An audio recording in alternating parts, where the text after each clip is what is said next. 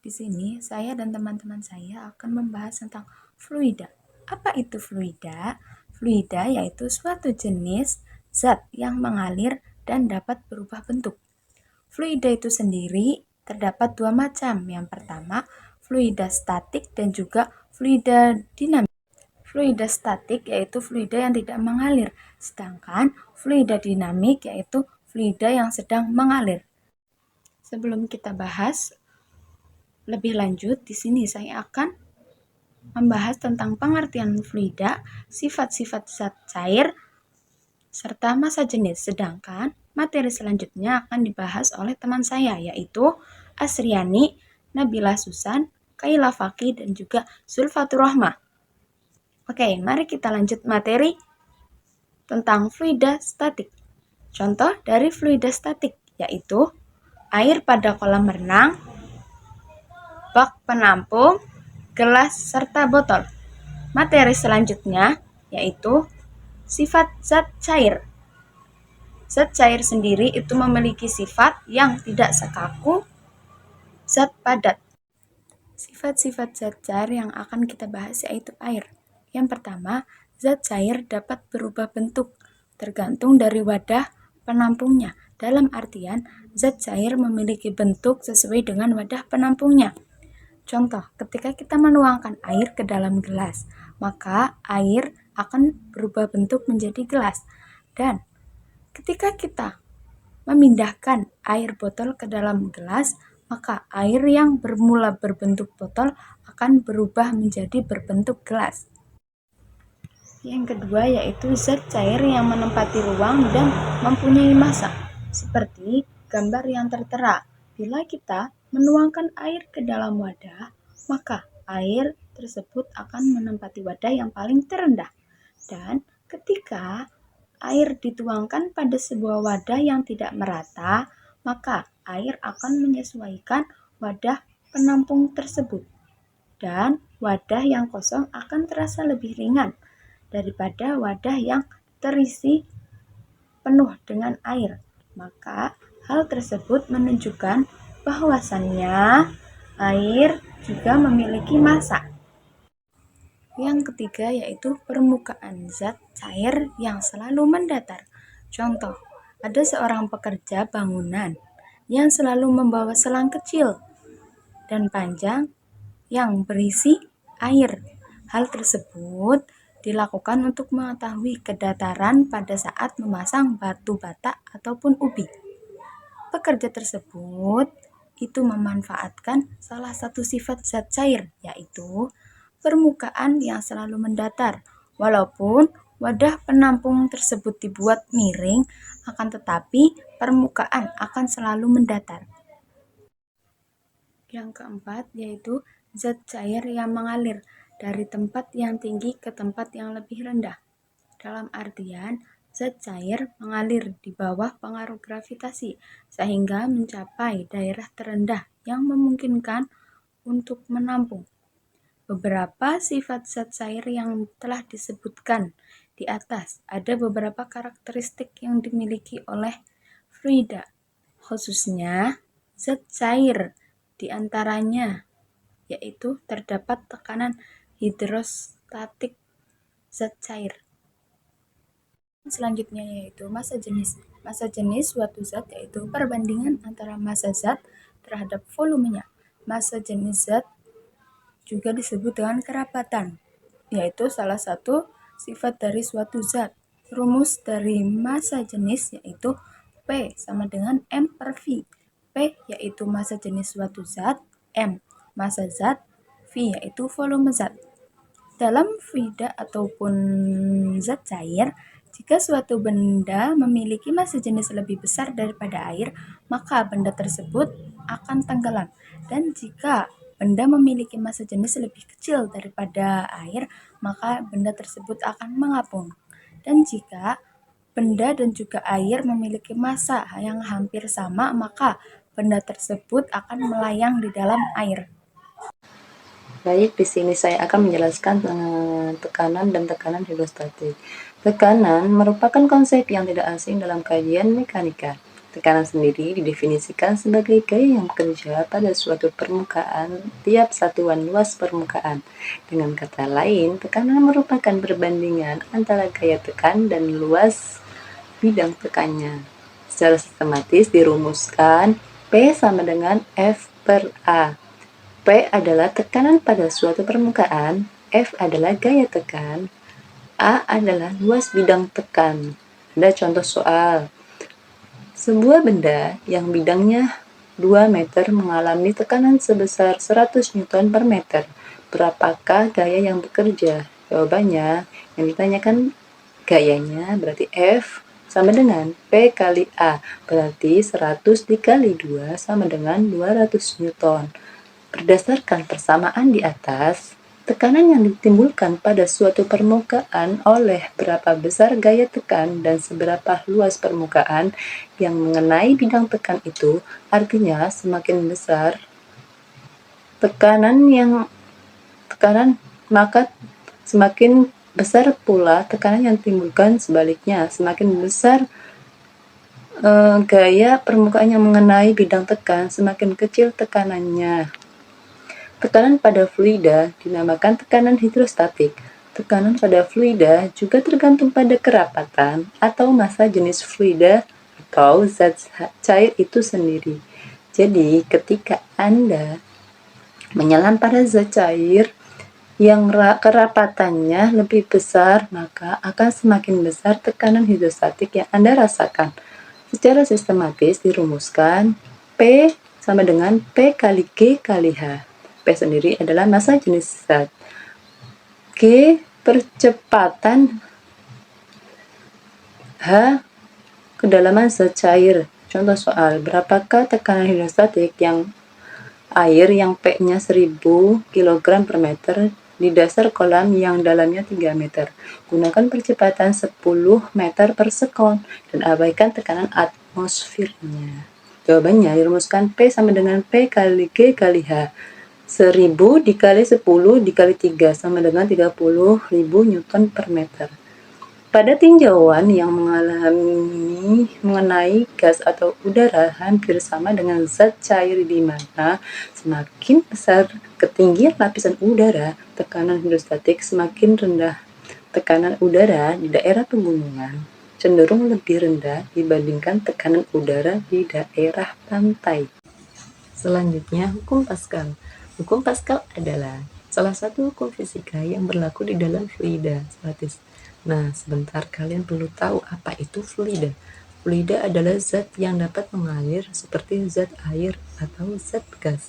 Apabila pada permukaan zat cair diberikan tekanan, maka tekanan ini akan diteruskan ke setiap titik dalam zat cair itu. Hal ini pertama kali diungkapkan oleh ilmuwan Prancis yaitu Blaise Pascal pada tahun 1623 sampai 1662 dan dinamakan hukum Pascal yang berbunyi berbahan tekanan yang diberikan pada fluida akan ditransmisikan seluruhnya terhadap setiap titik fluida dan terhadap dinding wadah. Artinya, tekanan yang diberikan pada fluida dalam suatu ruang tertutup akan diteruskan oleh fluida tersebut ke dalam segala arah dan sama besar.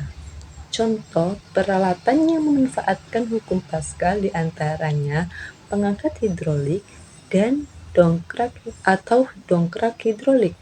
Penggunaan pengangkat hidrolik bertujuan untuk memperoleh gaya yang besar dengan memberikan sedikit gaya dan umumnya digunakan untuk mengangkat benda-benda yang berat, misalnya mobil. Menurut hukum Pascal, tekanan yang diberikan pada penampang A1 akan sama besarnya dengan tekanan yang dialami oleh penampang A2. Secara sistematis dirumuskan P1 sama dengan P2. Kita ketahui berdasarkan definisi di mana tekanan merupakan perbandingan antara gaya tekan terhadap luas bidang tekannya dapat dirumuskan P sama dengan F per A. Hukum pokok hidrostatik. Salah satu sifat pokok zat cair adalah permukaannya selalu mendatar dimanapun zat cair itu berada. Contohnya, air dalam gelas, air dalam ember, maupun air dalam wajan, yaitu permukaannya akan selalu mendatar. Begitu juga dengan yang ada di gambar. Sebuah bejana berhubungan, walaupun bentuknya berbeda, tetapi permukaannya sama, yaitu mendatar. Sekalipun bejana tersebut dimiringkan, permukaannya tetap mendatar. Dalam hal ini, permukaan zat cair dapat dikatakan terletak pada satu bidang datar karena tekanan hidrostatik zat cair hanya dipengaruhi oleh massa jenis zat cair, percepatan gravitasi, dan kedalaman zat cair. Maka, semua titik yang terletak pada satu bidang datar di dalam satu jenis zat cair mempunyai tekanan hidrostatik yang sama. Pernyataan ini dikenal dengan hukum pokok hidrostatik. Bisa dilihat pada gambar A, bejananya hanya diisi oleh satu zat cair, maka permukaannya mendatar atau sama tinggi antara sisi kanan dan sisi kiri, sebab tekanannya juga sama. Berbeda dengan gambar B yang diisi oleh dua jenis zat cair, antara sisi kanan dan kiri tingginya tidak sama karena tekanannya juga berbeda. Nah, batas tekanan yang nilainya sama ialah pada garis berwarna hitam. Secara sistematis dituliskan P1 sama dengan P2, yaitu rho 1 dikali G dikali H1 sama dengan rho 2 dikali G dikali H2. G-nya dicoret menjadi rho 1 dikali H1 sama dengan rho 2 dikali H2. Dengan P sama dengan besaran tekanan, satuannya Newton per meter kuadrat. Rho sama dengan massa jenis, satuannya kilogram per meter kubik. G sama dengan percepatan gravitasi, satuannya meter per second kuadrat. H sama dengan tinggi permukaan zat cair, satuannya meter. Contoh soal. Sebuah pipa U seperti pada gambar berisi air dan minyak. Jika tinggi kolam minyak adalah 15 cm, selisih tinggi kolam minyak dengan air pada kedua kolom adalah 3 cm, dan massa jenis air adalah 1000 kg per meter kubik, maka berapakah massa jenis minyak? Nah, diketahui rho air ini sama dengan 1000 kg per meter kubik. Terus tinggi minyaknya sama dengan 15 cm, tinggi airnya sama dengan tinggi minyak dikurangi 3 cm sama dengan 12 cm.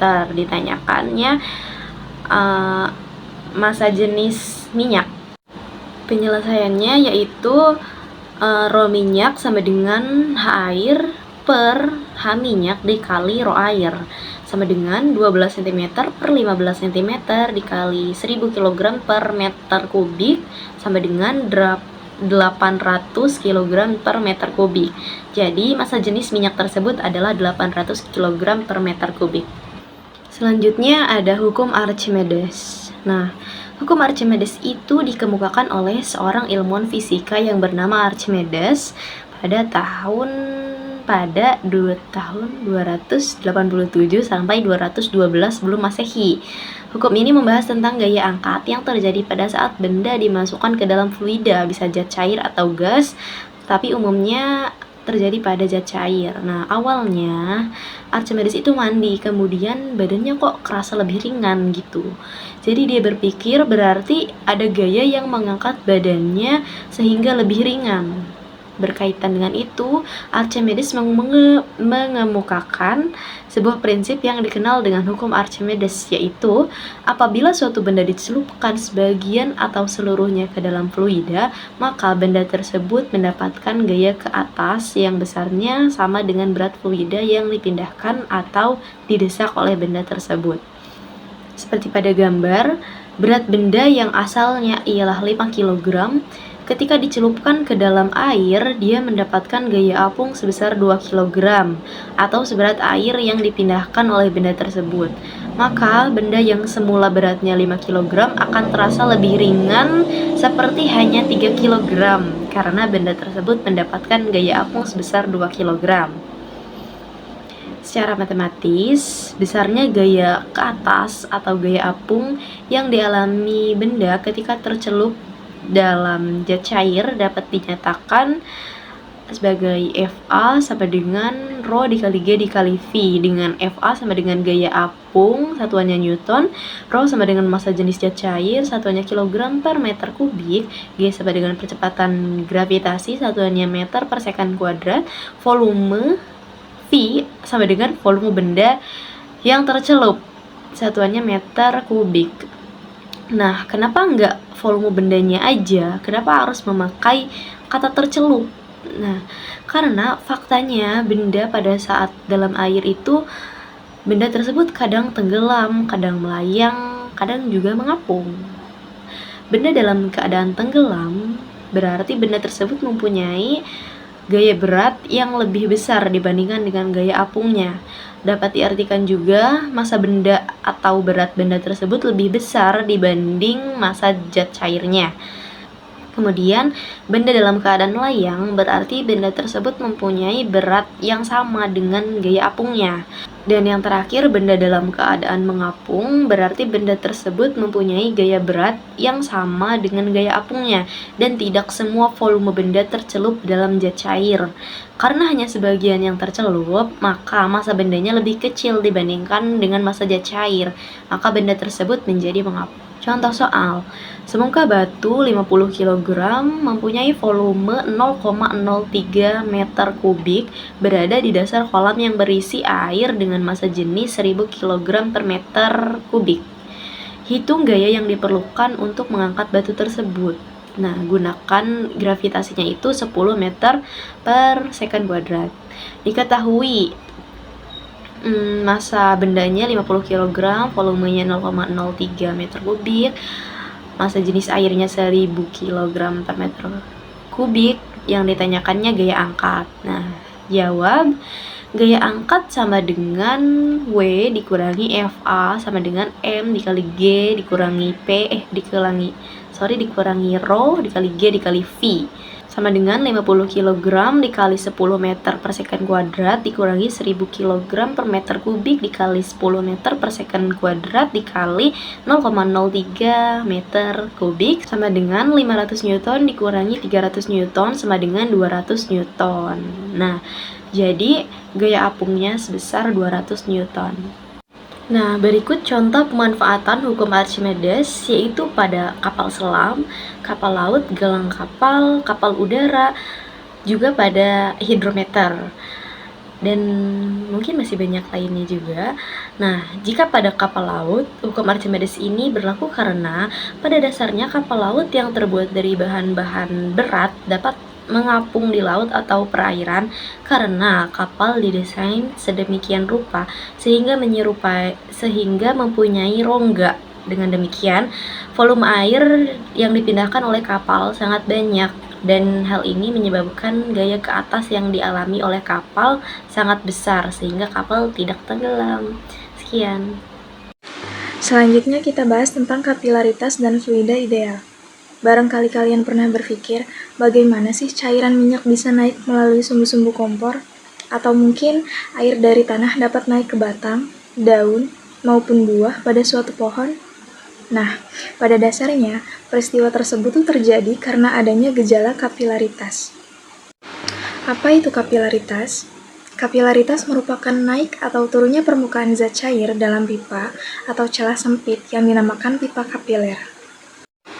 Pada kasus minyak tanah di sumbu kompor, terjadi peristiwa kapilaritas di mana sumbu kompor berfungsi sebagai pipa kapiler, sedangkan pada kasus penyerapan air oleh tumbuhan atau pohon, pembuluh kayu atau pembuluh xilem pada tumbuhan berfungsi sebagai pipa kapiler yang menyebabkan air dari tanah meresap ke bagian-bagian pohon. Pada kasus kapilaritas ini ditinjau dua jenis cairan, yaitu ada air dan raksa. Dari gambar di samping, kita dapat melihat bahwa permukaan air dalam tabung kaca, yaitu cekung ke bawah dan air membasahi dinding tabung. Nah, sedangkan permukaan raksa dalam tabung kaca tuh cembung, dan raksa juga tidak membasahi dinding tabung. Hal ini karena pada kasus air, adhesi partikel air dengan partikel kaca lebih besar daripada kohesi antara partikel air, sehingga partikel-partikel air lebih kuat tertarik ke dinding kaca, sedangkan pada raksa terjadi hal yang sebaliknya, sehingga partikel raksa di permukaan dekat tabung ini tuh lebih kuat tertarik ke bagian raksa daripada ke bagian tabung kaca. Nah, sebelumnya udah dibahas tentang fluida yang diam atau fluida statik kan? Sekarang kita akan melanjutkan pembahasan kita mengenai fluida, yaitu fluida yang bergerak atau fluida dinamik. Aliran fluida dinamik dapat kita bedakan menjadi dua jenis, yaitu aliran yang bersifat tunak atau laminar dan aliran turbulen. Aliran tunak merupakan salah satu aliran di mana masing-masing partikel fluida mengalir secara teratur dan tidak saling memotong. Atau dengan kata lain, laju masing-masing partikel dalam aliran tunak cenderung konstan. Berbeda halnya dengan aliran turbulen, di mana alirannya tidak teratur dengan laju partikel yang beragam. Ada 4 sifat yang dimiliki fluida ideal, di antaranya yang pertama, ada fluida yang bersifat non-viskos. Nah, pada fluida ini tuh, gesekan internal antar partikel fluida itu diabaikan, sehingga kita menganggap tidak ada gaya gesekan pada aliran yang sifatnya non-viskos. Yang kedua, ada fluida yang bersifat lunak.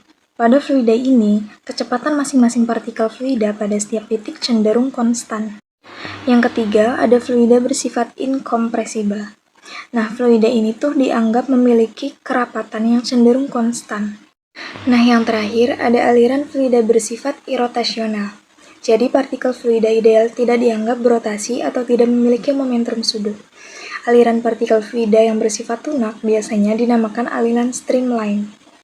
Baik, di sini saya akan membahas kegiatan belajar 2, yaitu fluida dinamik. Sebelumnya, mohon maaf kalau pembahasan saya kurang jelas ataupun kurang dimengerti, karena saya sendiri juga belum memahami dengan sepenuhnya. Selanjutnya yaitu, pada kegiatan belajar ini, kita akan membahas beberapa perilaku fluida yang sedang bergerak atau fluida dinamik. Yang pertama itu, fluida ideal. Aliran fluida dinamik dapat dibedakan menjadi dua jenis, yaitu aliran yang bersifat tunak atau laminar atau steady, dan aliran turbulent atau turbulent. Aliran tunak merupakan salah satu fluida mengalir secara teratur dan tidak saling memotong. Atau dengan kata lain, laju masing-masing partikel dalam aliran tunak. A. Fluida ideal.